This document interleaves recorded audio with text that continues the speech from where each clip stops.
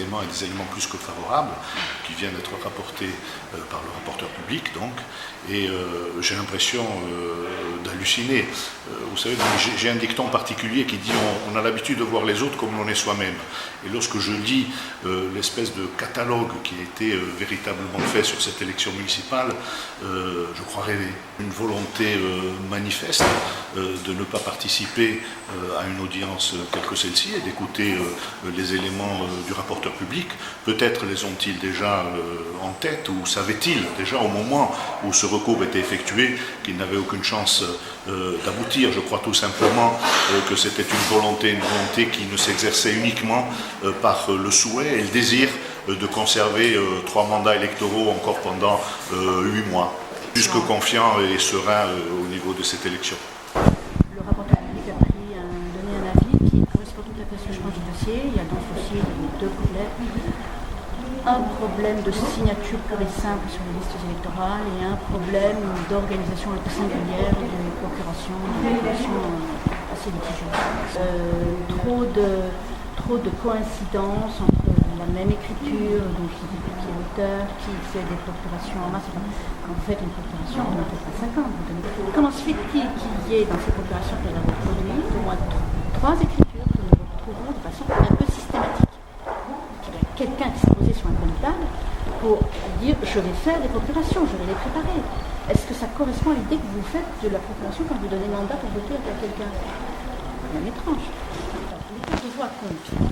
Donc l'impact d'un système quel qu'il soit doit être mesuré en proportion avec l'écart de voix. Si l'écart de voix était énorme, peut-être que le système existant n'aurait peut-être pas affecté, puisque nous avons au total 2380 procurations. Nous sommes sur un écart de voix qui est objectivement faible par rapport aux critères en la matière, réduite surcroît par ces voix sans doute erronées puisque la signature sur la liste électorale est douteuse, et avec un nombre de procurations qui, en proportion, est tout à fait en proportion. Donc là, il y a un vrai souci. C'est d'ailleurs ce qu'a dit le rapporteur public. Alors, je maintiens qu'il n'y a pas de système qui a été orchestré par la liste de Laurent Marcangel et ses colistiers, pour la simple et bonne raison qu'il n'en avait absolument pas besoin. La situation politique lui était éminemment favorable. Une réserve de voix exceptionnelle pour le second tour. Un scrutin qui s'était très bien passé au premier tour.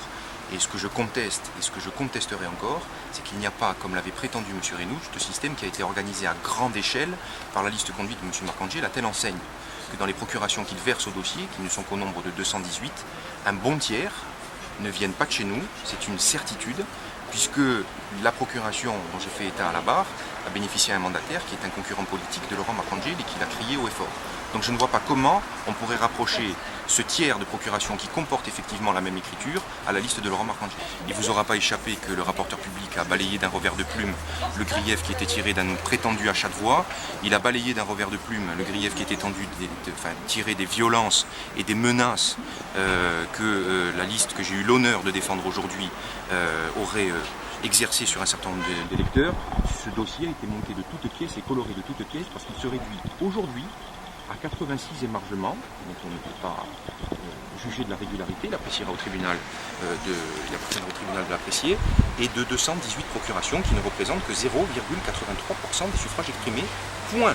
Tout le reste, c'est de l'habillage.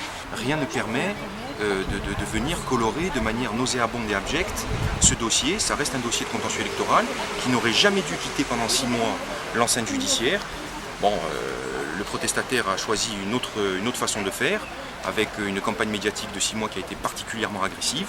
Aujourd'hui, la vérité sur le dossier est faite dans le cadre de cette audience publique, puisque publiquement, aujourd'hui, on peut faire état de ce qu'il y a dans la procédure. Il demande l'annulation uniquement parce qu'il additionne les 86 émargements aux 218 procurations qui ont été versées en procédure, sauf que sur ces 218 procurations, seulement 194 ont pu au maximum être comptabilisées dans les suffrages exprimés. Donc il y a une marge d'incertitude, parce que si le tribunal me suit, il restera des suffrages supplémentaires à la liste arrivée en tête.